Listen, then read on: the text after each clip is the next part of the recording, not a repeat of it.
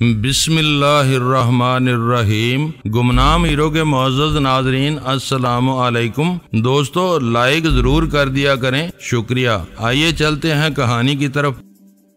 इस बारे में मजीद बहस बेसूद है। मैं फैसला कर चुका हूँ, इसे तब्दील करना नामुमकिन है। मैं कल वहाँ जरूर जाऊँगा। ये मेरा वादा है कि वहाँ कोई मौका मुयसर न हुआ तो ये दोनों बम हमारे साथ वापस आ जाएंगे। गजाला को मेरे मिजाज का बखूबी अंदाजा था। इसने वो बात वहीं खत्म कर दी। हमारे दरमियान गोल्डन ड्रैगन ममनू मौजू करार पा चुका था, लेकिन वक्फे वक्फे से हमारे दरमियान दूसरे वाकयात और नए किरदारों के बारे में तबादला ख्याल होता रहा। गजाला की नपी तुली राय थी कि बैंकॉक आने के बाद हमारी काम की रफ्तार सुस्त होने के बजाय ज्यादा तेज हो गई थी। राजन के खिलाफ डॉन के मनफी जज्बात और सुबराज की आमद ने जलती पर तेल का काम किया था। मेरे जहन में ये बात जागजी हो चुकी थी कि जब तक दोनों टाइम बम ठिकाने न लग जाते, होटल के कमरे को खाली छोड़ना मुनासिब नहीं था। कमरों की सफाई पर मामूर अमले का जरा सा तजस्सुस हमारा पूरा काम बिगाड़ सकता था। इस खदशे के पेश नजर मैंने दोपहर का खाना कमरे में मंगवाया और फिर शाम की चाय भी वहीं मंगवा ली। मैंने गजाला को हदायत कर दी थी कि मुझे किसी काम से बाहर जाना पड़े तो वो कमरे को अकेला छोड़कर कहीं न जाए। 7 बजे असद आ गया। इसके हाथ में एक वजनी थैला था जिससे इश्तिहा अंगेज खुशबुएं फूट रही थी। कमरे में आते ही इसने वो थैला मेज पर रख दिया। तुम ये क्या उठा लाए? सलाम दुआ के बाद गजाला ने इससे सवाल किया। इंपीरियल तारा होटल से डिनर का साजो सामान लेकर आया हूँ, इसने मुस्कुराते हुए जवाब दिया। मुझे वहाँ के खाने बहुत पसंद हैं। जबरी तजरत की 2 साल जिंदगी गुजार कर मैंने सिर्फ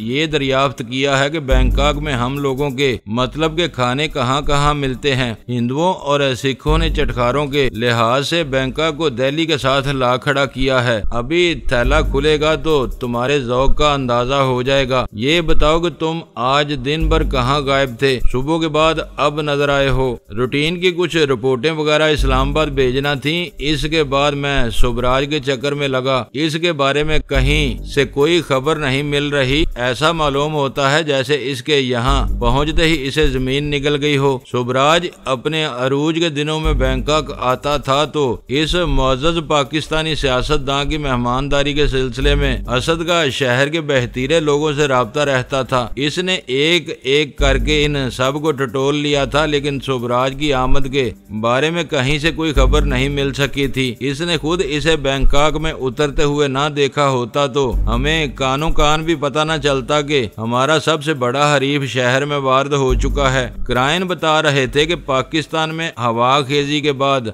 सुबराज ने जहनी तौर पर अपने जवाल को तस्लीम कर लिया था। वो सीना तान कर वहाँ आने की बजाय खामोशी से आया था और राजन के घर में पनाहगज़ी हो गया था। वहाँ से इसके बारे में किसी खबर का बाहर आना मुमकिन नहीं था। वो इसी तरह वहाँ दुबका रहा तो हमें इस किले को सर करने के बारे में सोचना होगा। वो सब सुनकर मैंने पुरख्याल अंदाज में कहा, एक बार इस घर को देख लोगे तो अंदाजा हो जाएगा कि ये काम इतना आसान नहीं है। ये बताओ कि अब डॉन कहाँ तक तावन करने पर आमादा है? अपनी रोदात सुनाते सुनाते असद को अचानक डॉन बर्नार्ड का ख्याल आ गया। मालूम होता है कि मेरे साथ फुटबॉल हो रही है। मैंने हंसकर जवाब दिया, तुमने डॉन की तरफ लुढ़काया था, इसने चाओ फान की तरफ बढ़ा दिया। वो जीदार आदमी मालूम होता है। डॉन ने तुम्हें सही आदमी से मिलाया है, इसने पुरजोश लहजे में कहा। वो बैंकॉक का बहुत खतरनाक बदमाश है, हर एक के असर से आजाद रहकर अपनी सिंडिकेट चला रहा है। वो चाहे तो तुम्हें लड़ने वालों का पूरा लश्कर फराहम कर सकता है।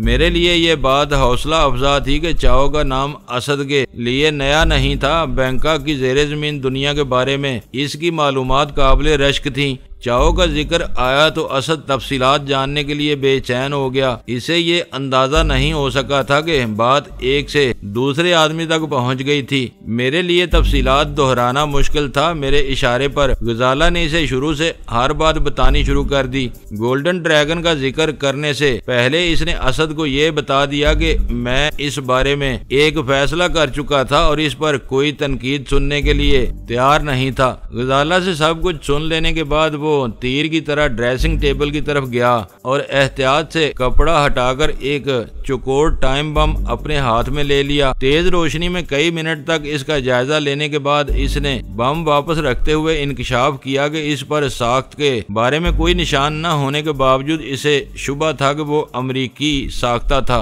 और अपने वजन के एतबार से खासा तबाहकुन साबित हो सकता था। बैंकॉक में मुस्तकिल बुनियादों पर एक फौजी अड्डा कायम था जिसकी जरूरियात पूरी करने के लिए शहर से दूर एक भारी असला डिपो भी मौजूद था। असद की इतलात के मुताबिक बहुत से अमरीकी सिपाही फाजल रकम के लालच में हथियार और असलहा चुराकर शहर के गिने चुने लोगों के हाथों बेच देते थे, जो बाद में चोर बाजार में दस्तयाब होता था। चोरों के लिए चोर बाजार तक रसोई दुश्वार नहीं थी। चाओ ने अपनी जरूरत के तहत वो बम ऐसे ही किसी जरिए से खरीदे थे। असद की राय में गोल्डन ड्रैगन में महदूद तबाही फैलाने के लिए एक आतिशगीर बम काफी था।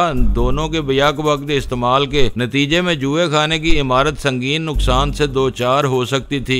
गजाला ने रूम सर्विस के अमले से कुछ मशरूबात के साथ खाली प्लेटें और डिशें मंगवा ली थी। वो असद का लाया हुआ खाना मेज पर लगाने के साथ हमारी बातों में भी हिस्सा ले रही थी। खाने के दौरान में जोरों शोर से गुफ्तगू का सिलसिला जारी रहा। इस दौरान में असद ने एक उम्दा तजवीज पेश की कि वो शहर से किसी अच्छी गाड़ी का बंदोबस्त करके ड्राइवर की हैसियत से हमारे साथ गोल्डन ड्रैगन जाए ताकि अपना काम पूरा करने के बाद हमें वहां से वापसी में कोई दुश्वारी ना हो। मेरी महम के लिए वो नुक्ता बहुत अहम था। कुछ पता नहीं था कि गोल्डन ड्रैगन में क्या हालात पेश आते। वहां हमारी अपनी गाड़ी मौजूद होती तो हम किसी भी वक्त सूरत से वहां से निकल सकते थे। बात तय हो गई। टाइम बम एक इस्तेमाल किया जाना था। इसको ऑन करने के लिए रात के 11 बजे के बाद का वक्त जरूरी था। इसलिए ये प्रोग्राम बना लिया गया कि असद गाड़ी लेकर 10 बजे हमारे होटल आ जाए। वहां से गोल्डन ड्रैगन का फासला ज्यादा नहीं था। असद हंसमुख और खुश इखलाक आदमी था। वक्त गुजारने के साथ इसके साथ हमारी जहनी हम आहंगी में इजाफा होता जा रहा था। इसे भी हमारे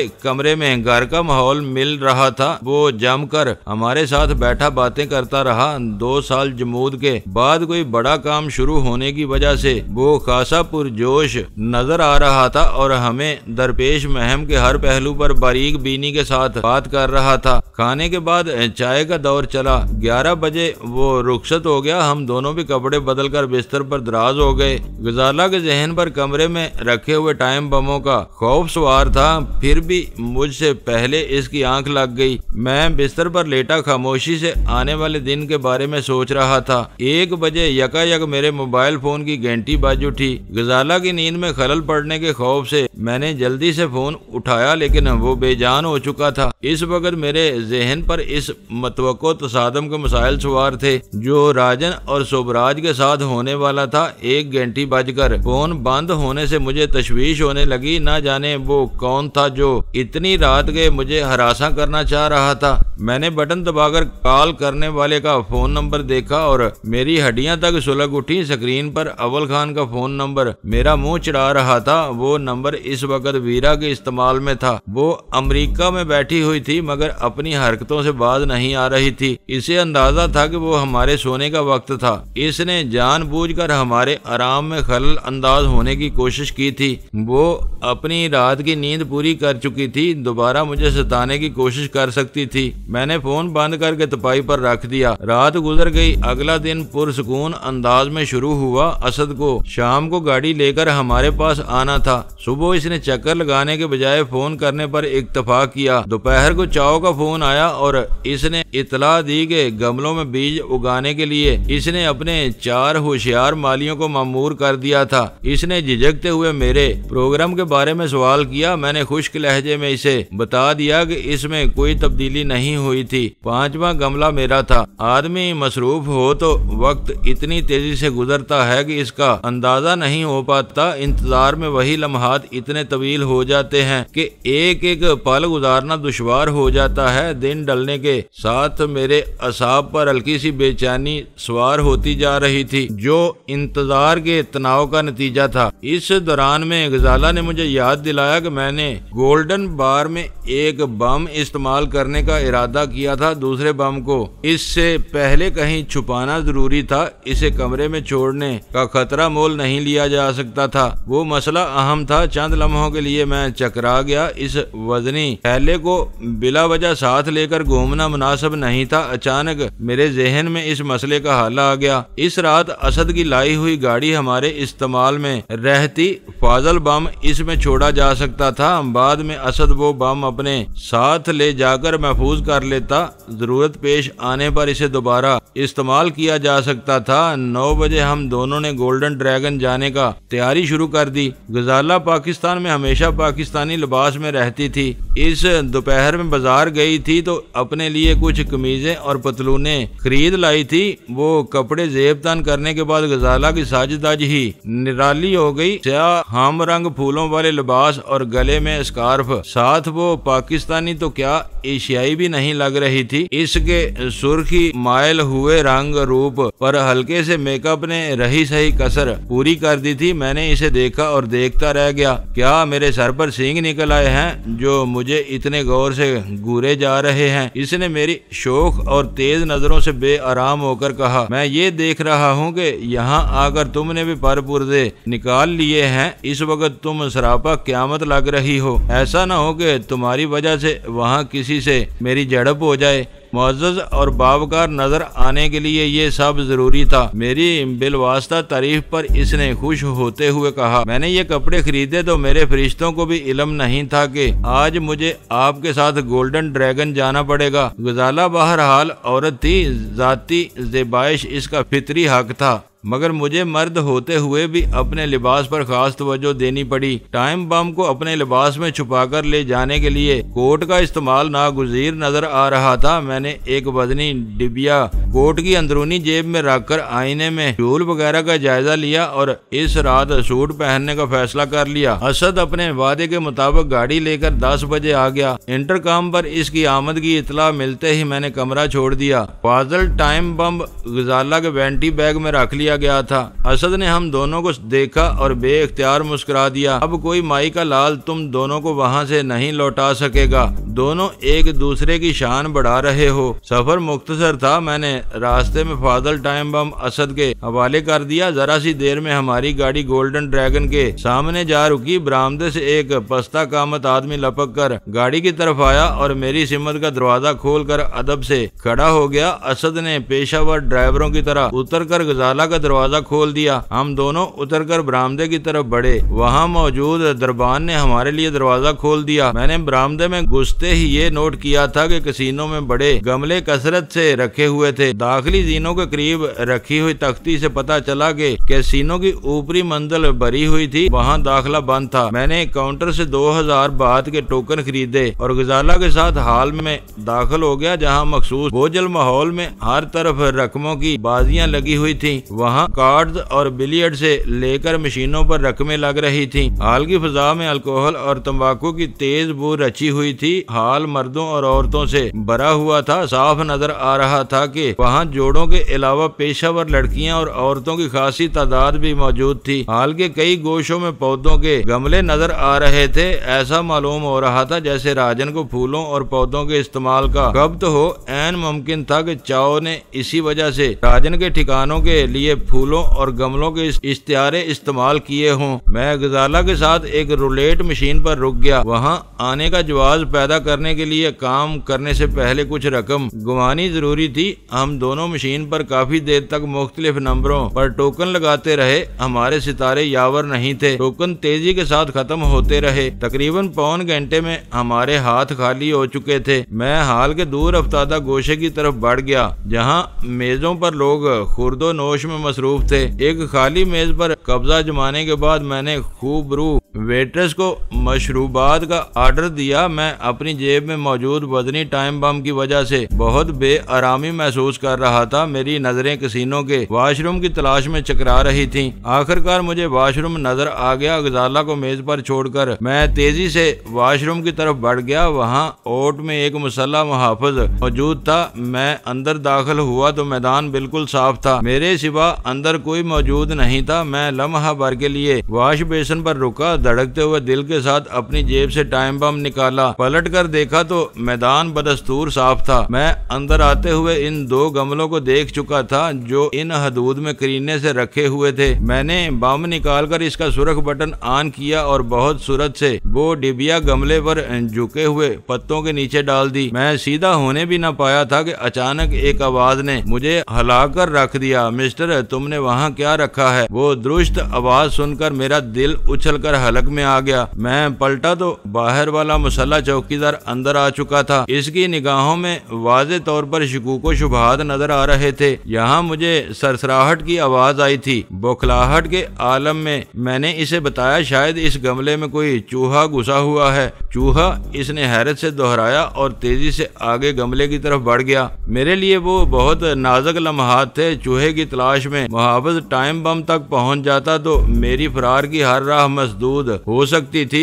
वक्त बहुत कम था। मेरे पास इस मुहाफिज को खत्म करने के सिवा कोई चाराकार नहीं था। वो जानदार आदमी था। इसका गला घोंटना आसान काम न होता। दूसरी तरफ मुझे हर आन किसी जरूरतमंद की इधर आमद का धड़का लगा हुआ था। मेरे पास अंगूठी का जहर मौजूद था जो मेरा सबसे मौसर हथियार साबित हो सकता था। मैंने नगीने को हथेली के रुख पर घुमाया। जो ही मुहाफिज चूहा तलाश करने के लिए गमले पर झुका, मैंने अकब से झपट कर इसकी बरहना गर्दन पर हाथ रख दिया। वो अपने मुंह से कोई आवाज निकाले बगैर इसी गमले पर ढेर हो गया जिसमें टाइम बम रखा हुआ था।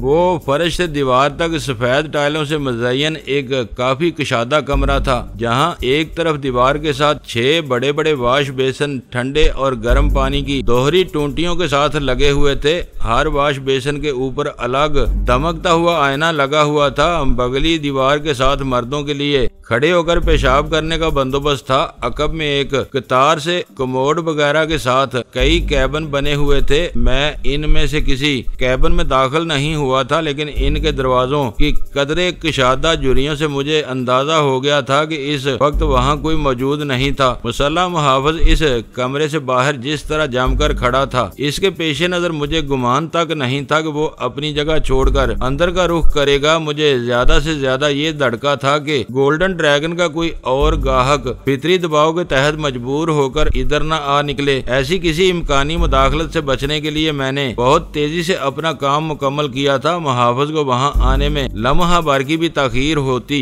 तो मैं सरसब्ज गमलों के पत्तों में टाइम बम छुपाकर वहाँ से साफ निकल गया होता। कुदरत को वो मंजूर नहीं था। चौकीदार न सिर्फ वहाँ आया था बल्कि इसने मुझे गमले में कुछ डालते हुए भी देख लिया था। मेरे लिए वो जिंदगी के बदतरीन लम्हात थे। मैं इसे जरा भी मोहलत देता या कुछ समझाने की कोशिश करता तो वो लपक कर मशकूक गमले तक पहुंच जाता और स्याह डिबिया में बंद टाइम बम दरियाफ्त कर लेता। इसकी नौइयत समझने के लिए मुहाफिज या चौकीदार को किसी खास महारत की जरूरत नहीं थी। मैं टाइमर चला चुका था। बम हाथ में लेते ही इसे मौत की घड़ी की टिक टिक सुनाई दे जाती और मेरा वहाँ से बच निकलना नामुमकिन हो जाता। गोल्डन ड्रैगन राजन की मलकियत था। बात इस तक पहुँचती तो वो किसी सूरत में मुझे माफ नहीं कर सकता था। इसकी सफाकी और बर्बरियत के किस्से मैं सुन चुका था। डॉन ने इसकी बाद निगाही का भी जिक्र किया था। मेरे साथ जो होता सो होता। गजाला इस दरिंदे के हाथों जिंदा दरगोर हो जाती। इस वक्त मेरे पास वक्त नहीं था। मैंने बहुत तेजी से वो सब सोचा। मुझे ये ख्याल भी आया कि पाकिस्तान में जहरीली सुइयों से होने वाली अमवात का बहुत चर्चा हो चुका।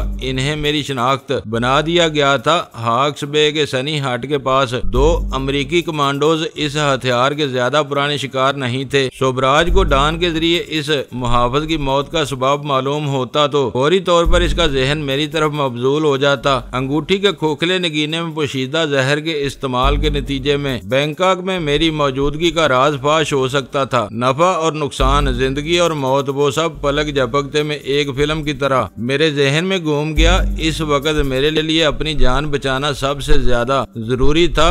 इस फैसले पर पहुंचने के बाद मैंने गमले पर झुके हुए मुसल्ला मुहाफिज की नंगी गर्दन पर सूरत से जहर उतार दिया था। वहाँ खून का कोई निशान था, न तशद्दुद की कोई इलामत। इसके बावजूद वो जिस गैर फितरी अंदाज में मुंह के बल घने गमले के पत्तों पर गिरा हुआ था, इससे कोई भी आने वाला दूर से ये अंदाजा लगा सकता था कि इसके साथ कोई अचानक और नागहानी हादसा पेश आया है। इसे उठाया जाता तो टिक टिक की बहुत मध्यम सी आवाज पैदा करता हुआ टाइम बम लोगों की नजर में आ जाता। गोल्डन ड्रैगन के मुंतजमीन को इसकी असलियत मालूम होने में देर न लगती। बम के फटने का वक्त सुबह का था। किसी न किसी तरह इसे नकारा बना दिया जाता, लेकिन अगली सुबह राजन के 4 ठिकानों पर धमाके होने के बाद 5 वाकयात एक लड़ी में रो दिए जाते। वहाँ बम की अफादियत खत्म हो चुकी थी। वो किसी भी तरह गोल्डन ड्रैगन को कोई नुकसान नहीं पहुंचा सकता था। मैंने मुसल्ला मुहाफिज को मारकर अपने खिलाफ एक शहादत पैदा कर ली थी। बेमुशर्रफ बम को वहाँ छोड़ना मुनासिब नहीं था। मैंने मुर्दा मुहाफिज के सीने के नीचे हाथ डालकर गमले में से बम उठाया और कुछ देखे बाले बगैर दोबारा कोट की अंदरूनी जेब में रख लिया। इस जिंदा बम की टिक टिक महसूस करके मेरे रोंगटे खड़े हो गए। मुझे मालूम था कि वो अगली सुबह से पहले नहीं फटेगा, मगर वो इंसान का बनाया हुआ था। सर्किट के किसी मामूली नक्श की वजह से मेरी जेब में एक होलनाक धमाका हो सकता था। ख्यालात की तेज तरीन रो अपनी जगह पर थी। इसकी वजह से मेरी अमली कार्रवाई में कहीं भी कोई ताखीर नहीं हुई। बम अपनी जेब में डालते ही मैंने वाशरूम्स का वो हिस्सा छोड़ दिया और तेजी से बाहर निकल आया। हाल में ज्वारी अपने खेल में बहुत ज्यादा मुनहमिक थे, या फिर इनके मसाने मजबूत थे। ये मेरी मुकद्दर की यावरी थी कि करीब में कोई उम्मीदवार मौजूद नहीं था। कई कदम दूर से एक उदेड़ उम्र अमेरिकी टॉयलेट की तरफ आ रहा था। मुझे उम्मीद थी कि इसके बाथरूम में पहुंचने से पहले मैं गजाला तक पहुंच जाऊंगा। हालात की नजाकत की वजह से मेरा दिल चाह रहा था कि मैं पूरी कुव्वत से गजाला की तरफ दौड़ लगा दूं, लेकिन मैं दिल पर जबर करके हमवार कदमों से चलता रहा। मेरी कोई भी गैर मामूली हरकत वहाँ के निगरानों को मेरी तरफ मतवज्जो कर सकती थी। इसे मालूम था कि मैं किस इरादे से वाशरूम की तरफ गया था। वो किसी इज़्तिराब का मुजाहरा किए बगैर कौन अखियों से वाशरूम की तरफ देख रही थी। जो ही मेरी और इसकी नजरें चार हुई, मैंने गर्दन की खफीफ सी जुम्बश से इसे उठने का इशारा किया। मेरे मौजूद न होने की वजह से इस वक्त तक गजाला ने मजीद किसी चीज का ऑर्डर नहीं दिया था। मशरूब के 2 गिलास मेज पर आए थे, जिनमें से एक खाली हो चुका था। मेरे लिए आने वाला दूसरा गिलास जूं का तूं लबरेज रखा हुआ था। मेरी गर्दन की जुम्बश देखते ही गजाला ने कमाल होशियारी का मुजाहरा किया। मेरे मेज तक पहुंचने का इंतजार किए बगैर अपने वेंटी बैग से एक बड़ा नोट निकालकर खाली गिलास के नीचे दबा दिया और वहां से उठकर पूरे इत्मीनान से निकास के रास्ते की तरफ चल दी। मैं चंद कदमों के फासले से इसके पीछे जा रहा था। इस वक्त मेरी कैफियत नाकाबिले बयान हद तक अजीब थी। बदन में रह रहकर फरेरियां दौड़ रही थी कि मैं जाते जाते किसी नागहानी मुसीबत में 2-4 न हो जाऊं। हाल के सिरे पर पहुंचने तक मुझे यकीन हो चुका था कि इस वक्त तक उदेड़ उम्र अमरीकी ने वाशरूम में जाकर मुहाफिज की लाश दरियाफ्त कर ली होगी। ये और बात थी कि इसकी साकत नब्जें देखे बगैर किसी को ये अंदाजा नहीं हो सकता था कि वो मर चुका है। गड़बड़ की इब्तदा मुर्दा मुहाफिज की देखभाल से होती। जब तक लोगों को इसकी हलाकत का अंदाजा होता, हम दोनों गोल्डन ड्रैगन से दूर निकल गए होते। मैंने रास्ते में उजलत दिखाने की कोई कोशिश नहीं की। कैसीनो के बाहर हमारी गाड़ी मौजूद नहीं थी। असद किसी फर्ज शनास पेशावर ड्राइवर की तरह हमारे इंतजार में बरामदे के नीचे मंडला रहा था ताकि गाड़ी तक हमारी रहनुमाई कर सके। हम दोनों की झलक देखते ही वो आगे चल दिया। गोल्डन ड्रैगन के बरामदे से उतरकर मैंने अपनी रफ्तार तेज कर दी। मैं बराबर में पहुंचा तो गजाला ने लातल्लकाना अंदाज में मेरी तरफ देखा और इसके कदम भी तेज हो गए। चंद लम्हों में हम असद की लाई हुई गाड़ी में सवार होकर वहां से रवाना हो गए। आप कुछ खामोश और घबराए हुए नजर आ रहे हैं। गाड़ी की हरकत में आते ही गजाला ने मेरी तरफ देखते हुए फिक्रमंदी से कहा, बहुत बड़ी गड़बड़ हो गई। चलता हुआ टाइम बम मेरी जेब में है। वहाँ एक मुहाफिज मेरे हाथों मारा गया है। इंतहाई मजबूरी के आलम में मुझे इस पर अंगूठी इस्तेमाल करनी पड़ गई। मैंने मुख्तसर तरीन अल्फाज में इन दोनों को अपनी रोयदाद से आगाह किया। क्या जिंदा बम तुम्हारी जेब में है? मेरा इंकिशाफ सुनते ही असद अपनी निशिस्त में तकरीबन उछल पड़ा। मुझे ऐसे बमों के बारे में थोड़ी बहुत शुद्ध बुद्ध है। इसे जेब से इसे निकालो। मैं गाड़ी किसी वीरान मुकाम पर रोककर इसे नकारा बनाने की कोशिश करता हूँ। नहीं असद, मैंने सख्ती से कहा, किसी तजर्बे की गुंजाइश नहीं है। जरा भी गड़बड़ हो गई तो हम तीनों के चीथड़े उड़ जाएंगे। मैं ये खतरा मोल नहीं लूंगा। तो क्या इस मुसीबत को साथ लेकर फिरते रहोगे? वो असाब ज़दा हुआ जा रहा था। अगर कोई बदनसीबी आड़े न आई तो ये बम सुबह 11 बजे से पहले नहीं फटेगा। अपने हवास यकजा करो और इसी हालत में इसे ठिकाने लगाने का कोई तरीका सोचो। असद चुप हो गया। गजाला के इस्तफसार पर मैंने पूरा वाकया सुना दिया, जो बहुत मुख्तसर लेकिन इंतहाई हौलनाक था। कुछ लिया दिया काम आ गया, बाल बाल बचे हो। वो एक गहरा सांस लेकर बोला, गोल्डन ड्रैगन के बारे में मशहूर है कि वहाँ गड़बड़ करने वाला अचानक गायब हो जाता है। पुलिस ढूंढती रह जाती है मगर इसका कोई सुराग नहीं मिलता। वहाँ का हर मुहाफिज तरबियत याफ्ता और जालिम है। वो किसी पर रहम खाना नहीं जानते। आइंदा इन बातों का ख्याल रखूंगा। मैंने हंसकर बेपरवाही से जवाब दिया। मैं खुद भी इस वाक़े के असाब शिकन असरात से निकलने की चौरी कोशिश कर रहा था। हमने अभी तक बम को ठिकाने लगाने के बारे में कुछ नहीं सोचा। गजाला ने खुल होकर हम दोनों को याद दिलाया। गाड़ी किसी वीराने की तरफ निकाल लो। मैंने असद से मुखातब होकर कहा, मौका पाकर बम वहीं कहीं फेंक देंगे ताकि कोई जानी नुकसान न हो। इस बारे में यकीन से कुछ नहीं कहा जा सकता। वो सोचते हुए बोला, रात के अंधेरे में हर गैर आबाद जगह वीराना नजर आती है। क्या पता उजाला फैलते ही वहाँ लोगों की आमदोरफ्त शुरू हो जाए। तुम्हारे हिसाब से ये बम सुबह 11 बजे के लगभग फटेगा। हमने इससे छुटकारा न पाया तो ये बम हमें ले डूबेगा। मेरा ख्याल है कि दरिया की तरफ निकला जाए। असद ने तजवीज पेश की। किस दरिया की बात कर रहे हो? मैंने चौंक कर पूछा। दरियाए चाओ ब्राया। इसने कहा, बैंकॉक किसी तरफ लंदन से कम नहीं है। ये दरिया शहर के वस्त में बहता है। पुल से दरिया अबूर करते हुए तुम इस मनहूस बम को दरिया में उछाल देना, जान छूट जाएगी। अगर बम किसी कश्ती वगैरह पर जा गिरा तो क्या होगा? रात को दरिया में ज्यादा कश्ती रानी नहीं होती। बैंकॉक की तफरीहात दूसरी हैं। दरिया की तह गहरी है। हो सकता है कि पानी में भीगकर बम नकारा हो जाए। ये दरिया की तह में फटा तो कोई नुकसान नहीं होगा। गहराई में धमाके की आवाज भी दब जाएगी। असद की वो तजवीज काबिले अमल महसूस हो रही थी। मैंने पूछा, दरिया यहाँ से कितनी दूर है? मैं गाड़ी इस रास्ते पर डाल चुका हूँ। चंद मिनट बाद हम मेमोरियल ब्रिज पर से गुजरेंगे। मैं गाड़ी की रफ्तार धीमी रखूंगा। तुम देखभाल कर अपना काम कर लेना। इस सिमत में सफर जारी रहा। हमारे दरमियान गुजरे हुए वाकयात के बारे में गुफ्तगू होती रही। मैंने अपने जहन में जाए वारदात का पूरा नक्शा बनाया हुआ था। वो दोनों हमारे फरार के बाद के वाकयात के बारे में बेयकीनी का शिकार थे और मुसलसल क्यास आराइयां कर रहे थे। मैं खामोशी से कुछ सोचने में मसरूफ था। वो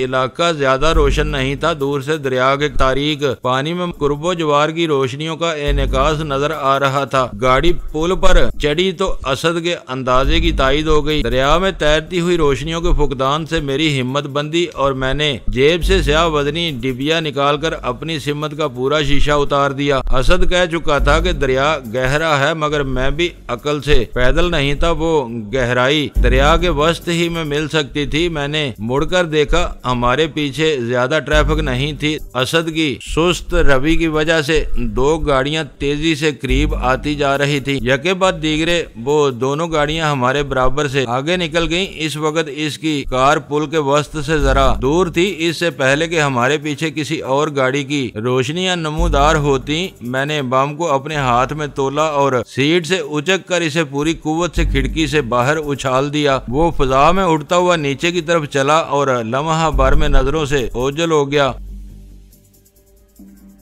दोस्तों, वीडियो को लाइक जरूर कर दिया करें। ISI पाक आर्मी जिंदाबाद, पाकिस्तान पाइंदाबाद। मुअज़्ज़ज़ नाज़रीन, अपना ख्याल रखिएगा और अपने इस चैनल का भी शुक्रिया।